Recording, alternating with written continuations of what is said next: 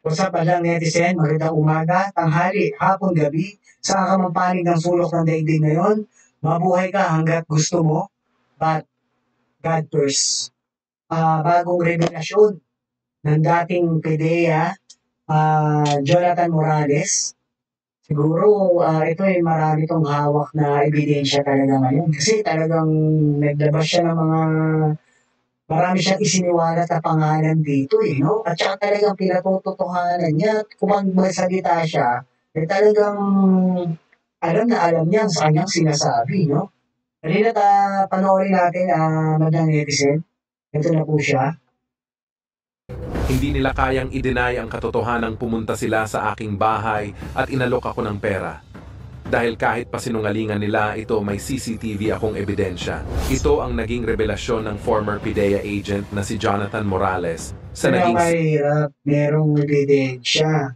At pag yung ebidensya na yun na talagang nakita, malaking iskandalo to. Di ba? Dapat din talaga, tutukan to ng Senado para at least maging pareha sa lahat, no? Hindi yung porket mataas yung position mo, ganun, or malaking pamilya ka. So, dapat pare pantay-pantay no above the law nga ang bawat mamamayan, di ba? Senate hearing kahapon kung saan pinangalanan na ang mga nag-aalok sa kanya ng pera kapalit ang kanyang katahimikan. Ito'y walang iba kundi ang kontrobersyal na Indian national na si James Kumar na tila inutusan raw ni First James Kumar, kilala rin ni ni Bato de la Rosa daw eh. At saka ito, mahirap. No? Kasi asawa to ng Pangulo natin ngayon eh, no? First lady to eh, no? Parang ibang-iba siya sa first lady dati na nanay ni no ni PBBM, no? Yung minamahal natin si Imelda Marcos, no, na maraming naipagawang mga hospital at mga kalsada at malaking tulong yung nagagawa niya sa taong bayan no, no? Binigyan pa nga ng position ni Ferdinand Marcos yung asawa niya pero talagang nagagawa naman ng maayos yung trabaho. Talaga nga naman na talagang maraming nagawa, no? Kaya nga siguro, sila baliktad sila nito ni First Lady. Pero ito naman binabalita lang naman. Hindi pa naman natin ito pinatotohanan, no? At saka tayo ay nakikinood lang sa balita at hindi tayo yung mismo nagbabalita. Nagre-react lang tayo sa balita, no? So, wala hindi natin pinatotohanan tong ating mga sinasabi at hindi naman natin pinasisinungalingan, no? So, medyo mahirap kasi kung ang tagalos-dalos kung bawat tao no? Isa ulit natin. First Lady Lisa Araneta Marcos na tila bigyan ito ng pera para manahimik si Morales sa lahat ng kanyang nalalaman patungkol sa kontrobersyal ng dokumentong PIDEA leaks. Tila mainit na pinag-uusapan ang lalong lumalalim ng Pero matagal na to 2012 pa to di ba? So, ano na ba tayo ngayon? 2024, no? So, 12 years na to Itong na to Pero swerte siya, buhay pa siya. Diba? investigasyon patungkol sa kinalaman ng First Lady sa di umano'y pagmamaniubra para pagtakpan ang katotohanan noong March 2012. Sa kanyang naging salaysay, pinagpapatotoo ni Jonathan Morales na after ng hearing noong April 30, kaya nga daw, sabi, no, after ng April 30, kinabukasan lang, nagpunta sa bahay niya, kaya doon nagkaroon siya ng pagkakataon na magkaroon siya ng ebidensya, hawak na video na talaga nagpunta sa kanya at inaalok siya ng mga pera para lang tumahimik siya at huwag na siya bumalik dyan at magbigay ng salaysay pa, no? So, nasa kanya yung CCTV na yun sa bahay niya pumunta Kaya malakas ang loob niya ito, baka nga sa aling may hawak. may one pa lang raw may nagpunta na sa kanyang bahay. At sa pamamagitan ng three-way conversation, tila inalok raw siya ng pera kapalit ng hindi nito pagsipot sa Senate hearing kahapon. Ayon mismo kay Jonathan Morales, tila nananakot raw ang ilan sa mga kumausap sa kanya at tila hindi niya raw lubos akalain na aalukin siya ng pera kapalit ang kanyang pananahimik. Ngunit sa lahat raw ng may katotohanan niyang sinasalaysay niyang yan, Siguro dapat maging practical ka na rin, eh, 'no? Manahimik ka, tapos kunin mo yung reward, gano'n lang yun, eh, ba't kailangan mo pang manira, 'di ba? So, mabigat na tao yung puwede mong makalaban, lalo na't, buhay mo at buhay ng pamilya mo ang madadamay diyan, no? Pero gaya nga ng sinabi ko, eh, eto, eh, pinanonood lang natin yung balita at hindi tayo yung mismo nagbabalita, no? Tuloy natin. Ito, nabigla siya ng ilan sa mga tao pa ni First Lady Lisa ang di umano'y lumapit sa kanya at binantaang may mangyayari sa kanyang masama. Ating panoorin ang buong detalye. Yes, Your Honor. Pinas Watcher, no, pakipuntahan yung link sa baba at paki-subscribe na lang din po, like and share. And at kung ikaw naman po eh bago dito sa ating channel, baka naman po pwede makahingi ng isang subscription lang at paki-like and share na rin. At maraming salamat po doon, malaking tulong po sa ating channel po yun at mabuhay po tayo, na? Mabuhay po kayo. After noong 30 April, Your Honor, may nagpunta sa akin sa bahay. Ito po ay inaayos ako. Allegedly, Kailan lang yan? Kasi May 9 lang tayo ngayon, di ba? So itong video ni Pinas Watcher, eh ano lang to, ibig sabihin, baka nung kahapon lang to, di 1 week ago lang to, no? Talagang sariwang-sariwa pa to, yan sila James Kumar na yan, at yung sinasabi niya inutusan siya, at marami itong babanggitin mga pangalan talaga eh, na dapat ng pangalan na yun, eh, imbitahan dyan sa Senado. by the camp of a certain James Kumar and Lisa Marcos, through a common friend named Eric Santiago, alias Picoy. Ang pagkakaalam ko po dito, taga-Napolcom po ito. At ang kapatid po nito, Alam na alam, no? Kaya dawit yung mga yan. Pagka talaga maiimbitahan niya, no? Mahirap yun pag nadawit pangalan mo sa ganyan. Sa bagay, kung talaga ikaw naman, eh, sangkot talaga sa ganyan, madadamay ka talaga yan. isang PIDEA Drug Enforcement Officer. Nakuha po sa bahay ng CCTV yung kanyang, kasi naka-video call po eh. At ako, ayon, di umano, ito si James Kumar, interesado sa akin. Malamang yan, eh, tinabi niya na yung CCTV na yun, record nun, no? Kasi pwedeng anytime, eh, biglang pumunta sa bahay niya at talagang kunin niyo, di ba? Napapanood natin sa mga movie yan, kahit dito sa Pilipinas, ganyan ang lakaran yan, di ba?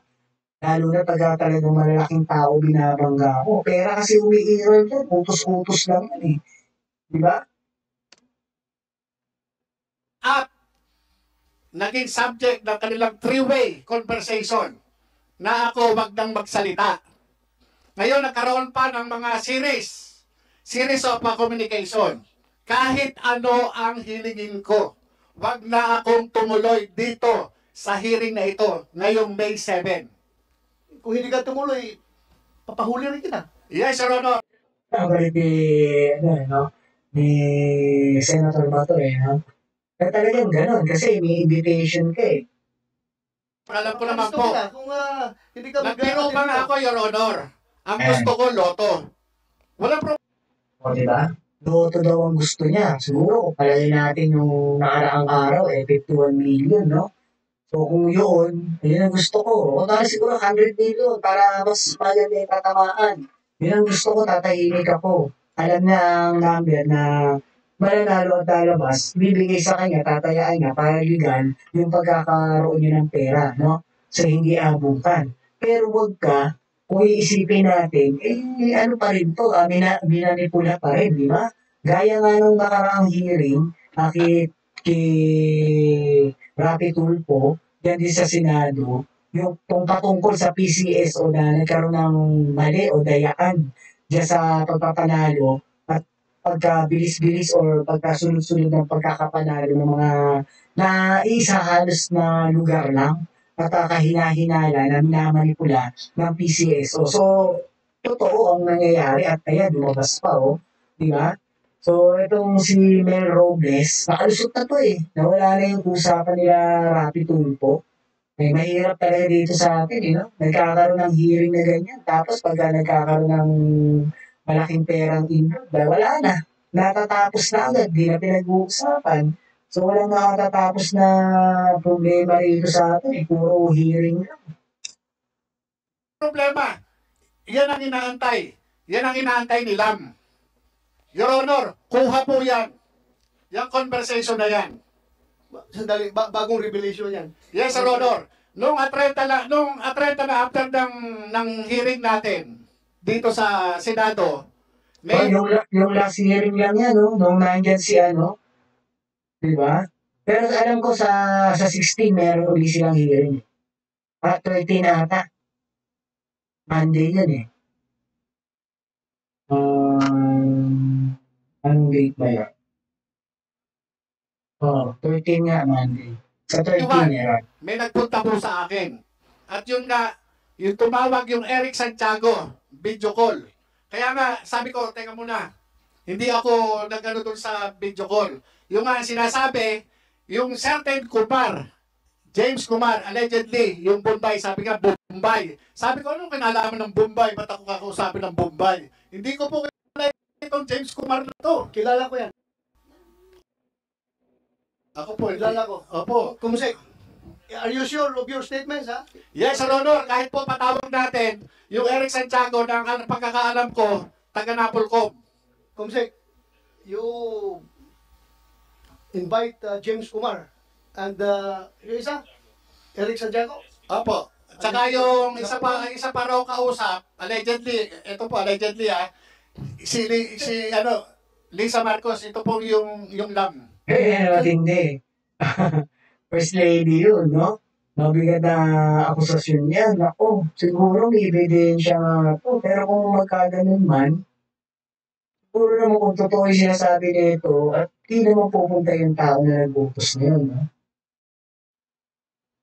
Sandali, si puro ka allegedly. Sinong nakausap Kasi po, yung Eric Santiago po ang nagsasabi. Sinabihan ka? Interesado. Opo, sinabihan ako na yung Kumar interesado sa akin. Personal kayo nakausap o cellphone?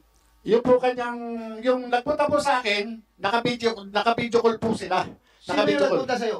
Si Romy Enriquez po.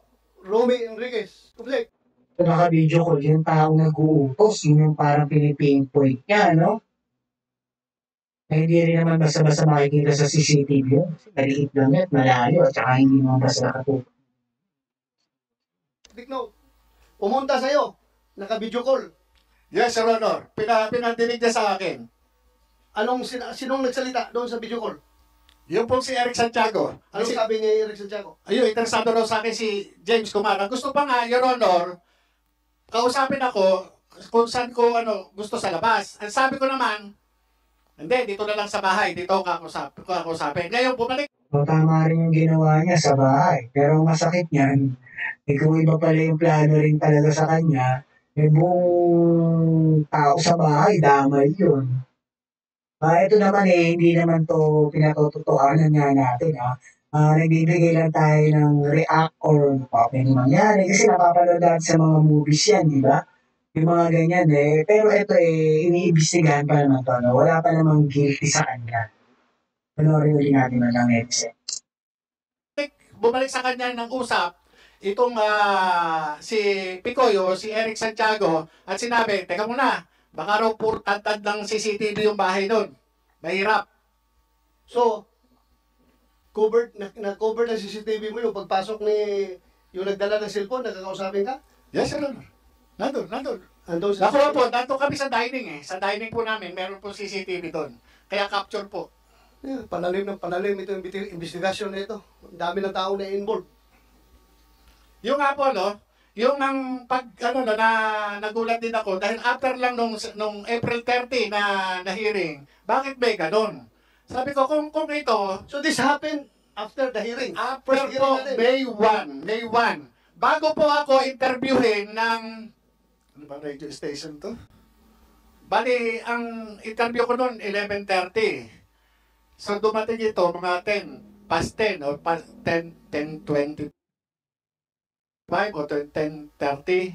Ganun po eh. So therefore, nakausap mo si James Kumar. Hindi po, yun lang yung nagsasabi na ang itansado sa akin, yung James Kumar, at ito yung ako yung naging pag-uusap nila nung nag-uusap sila na three-way.